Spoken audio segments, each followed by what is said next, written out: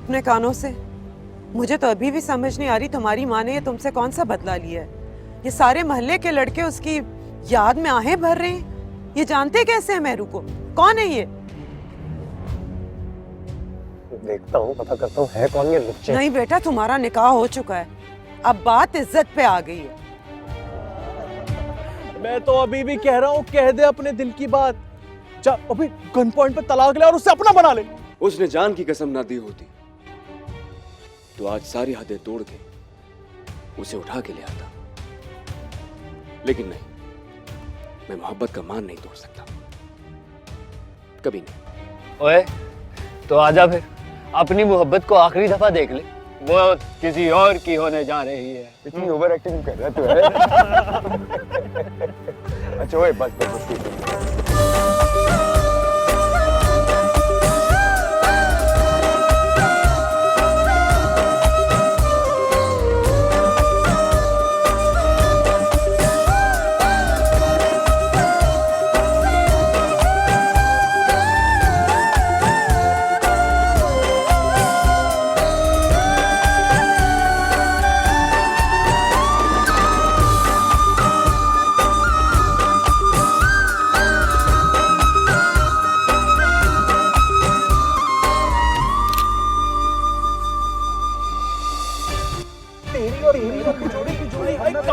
मोहब्बत को अमर करने के लिए ये दूरी जरूरी थी।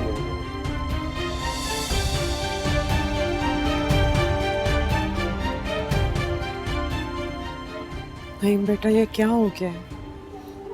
ये किस किस्म की लड़की है? ये क्या खानदान है? मुझे तो समझ नहीं आ रही, तो मैं समझाऊं कैसे? अरे तुम यहाँ क्या कर रहे हो? मैं तुम्हें कब से वहां ढूंढ रही हूँ।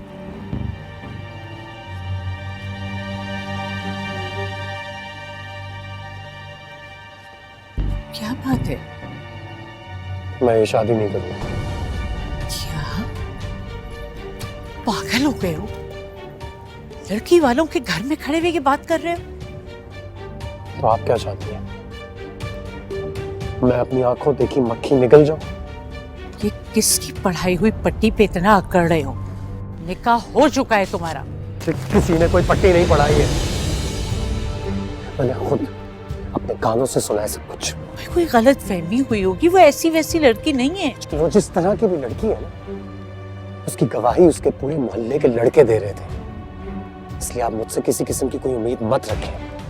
आखिर ऐसी क्या बात हो गई जो तुमने इतना बड़ा फैसला कर लिया? मुझे उस लड़की के किरदार पर शक, मुझे नहीं लगता कि वो सही लड़की है, इसलिए मैं उससे शादी नहीं कर सकता। बस बुरा मत मानना भाभी, वैसे सुना तो मैंने भी अपने कानों से है, और अब नहीं बेटा नहीं मान रहा। कैसे नहीं मानेगा? शादी कोई गुड्डे गुड़िया का खेल नहीं है। निकाह हो चुका है और रुखसती अभी होकर रहेगी। आप कोशिश करके देख ले, मैंने तो समझा दिया। बहुत मुबारक हो, माशाल्लाह इतनी प्यारी लग रही है मेहरो, इतना रूप आया उस पर, चांद का टुकड़ा लग रही है। हाँ बस माशाल्लाह, दुआ कीजिएगा आप मेरी बेटी के लिए। घर तो बहुत अच्छा मिला उसे। वो तो मैं देख ही रही हूँ, जब से आई है सदके वाली जा रही है। हाँ भाई क्यों ना जाएं, हमारा इकलौता बेटा है, जितना भी करें कम है। और वैसे भी मेहरू जैसी बहू तो नसीबों से मिलती है। इस पे तो कोई शक नहीं है। चलिए आप देखिए, मैं आती हूँ। भाभी मैं इजाजत लेना चाह रही थी। किस चीज की? रुखसती की। अच्छा टाइम बहुत हो गया ना, अभी घर जाके भी तो रस्में करनी है।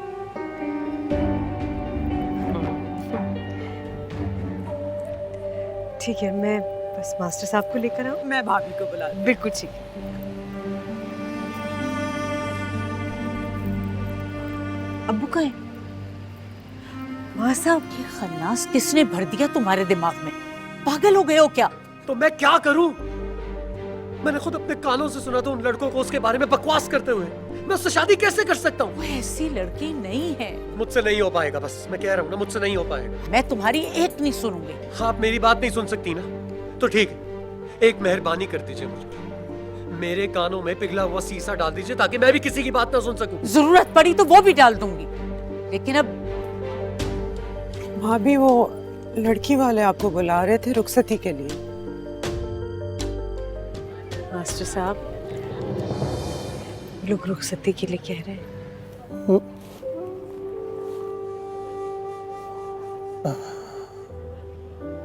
अच्छा, करनी तो थी ना। हाँ चलो। आयत, आयत, आयत।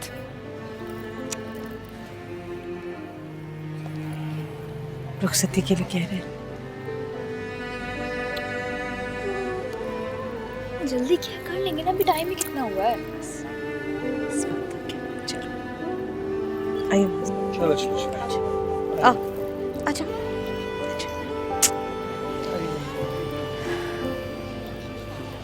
मुंह ठीक नहीं लग रहा नईम का, क्या नहीं मान रहा? कैसे नहीं मानेगा? मेहरू अब इस खानदान की इज्जत है और खानदान की इज्जत को बचाना अब तुम्हारा काम है। हाँ, मैं भी इसको यही समझा रही थी कि इस तरह लोगों की बातों में तो नहीं आते हैं, लोगों का तो काम है बातें बनाना। लोगों की बातों में आके अपना ही नुकसान कर रहे हैं बेवकूफ। अच्छा, मैं फिर जाके उन्हें बताती हूँ कि आप आ रही हैं। शकीला, ये रुखसती होगी, जरूर होगी।